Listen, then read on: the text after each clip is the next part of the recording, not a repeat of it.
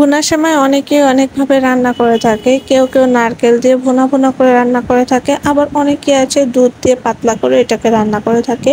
তবে আমার আম্মুর হাতের এই ভুনার সময়টা খেতে এত বেশি মজার হয়ে থাকে, তো সেই রেসিপিটি আজ আপনাদের সাথে শেয়ার করতে যাচ্ছি। তো আমার আম্মু এই যে এখানে ভুনার সময় রান্না করার জন্য একটি কড়াইতে পর্যাপ্ত পরিমাণ তেল দিয়ে দিচ্ছে। এখানে আম্মু প্রায় হাফ কাপের মতন তেল দিয়ে দিয়েছে, সয়াবিন তেলটা। এরপর এখানে 1 চামচ ঘি অ্যাড করে দিয়েছে। ঘিটা অবশ্যই ভুনার সময়তে দিতেই হবে, কারণ ঘিটা দিলে এর থেকে খুব সুন্দর একটা ফ্লেভার আসে।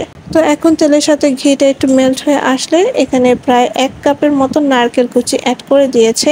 এই নারকেলটা মা কুচি করে আগে ফ্রিজে রেখে দিয়েছিল, সেটাকে এখন তেলের সাথে আর ঘিয়ের সাথে হালকা করে টেলে নিচ্ছে। বেশি টালা যাবে না, এতে করে নারকেলটা পুড়ে যাওয়ার সম্ভাবনা থাকবে। এরপর মা এই যে এখানে 1 প্যাকেট পরিমাণ ভুনার সেমাই অ্যাড করে দিয়েছে। ভুনার সেমাইটা একটু হাত দিয়ে ভেঙে ভেঙে গুঁড়া গুঁড়া করে নিয়েছিল যতটা পেরেছে। তারপর ওই নারকেল আর ঘি তেলের সাথে খুব সুন্দর করে মিক্স করে নিচ্ছে।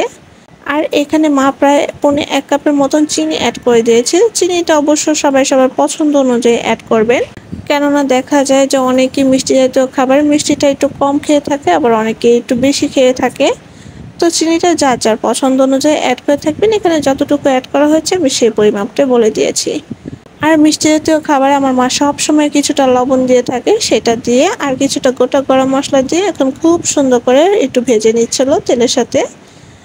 ভাজা ভাজা হয়ে আসলে দুধ অ্যাড করে দিল। দুধটা আগেই জাল করে একটু ঘন করে নিয়েছিল, সেটা এখানে অ্যাড করে দিল। দুধটা মূলত দেওয়া হয়েছে সেমাইটা সেদ্ধ হওয়ার জন্য। অনেকে আছে দুধের পরিবর্তে এখানে পানি অ্যাড করে থাকে, তবে পানিটার থেকে দুধটা দিলে একটু বেশি ভালো হয়। অনেক সুন্দর একটা ঘ্রাণ হয়, খেতেও অনেক ভালো লাগে। তো মা এখানে কিছুক্ষণ পর পর এসে একটু নাড়াচাড়া করে দিচ্ছিল, আর বারবার দেখছিল যে সিদ্ধ হয়েছে কিনা। একটু নাড়াচাড়া করে দিচ্ছিল যাতে নিচ থেকে লেগে না যায়, পোড়া না লেগে যায়। তো কিছুক্ষণ পর সেমাইটা একটু চেক করে দেখলো যে সিদ্ধ হয়েছে কিনা। দুধটা একবারে শুকিয়ে আসার আগ পর্যন্ত আর সেমাইটা সিদ্ধ হওয়ার আগ পর্যন্ত এটাকে চুলায় রেখে রান্না করে নিতে হবে। আর একটু ঘন ঘন নেড়ে চেড়ে দিতে হবে, পোড়া পোড়া যাতে না লেগে যায়। পোড়া লেগে গেলে খেতে একদমই ভালো লাগে না। তো প্রায় ঘড়ি ধরে মা এখানে প্রায় 15 থেকে 20 মিনিটের মতন এটাকে চুলায় রেখে খুব সুন্দর করে সিদ্ধ করে নিয়েছে। নামানোর আগ দিয়ে একটু চেক করে নিয়েছে যে এটা সিদ্ধ হয়েছে কিনা। দেখতে পাচ্ছেন এটা খুব সুন্দর করে সিদ্ধ হয়ে গিয়েছে। তো আমার মা প্রতি ঈদে এইভাবে করে ভুনা সেমাই রান্না করে থাকে।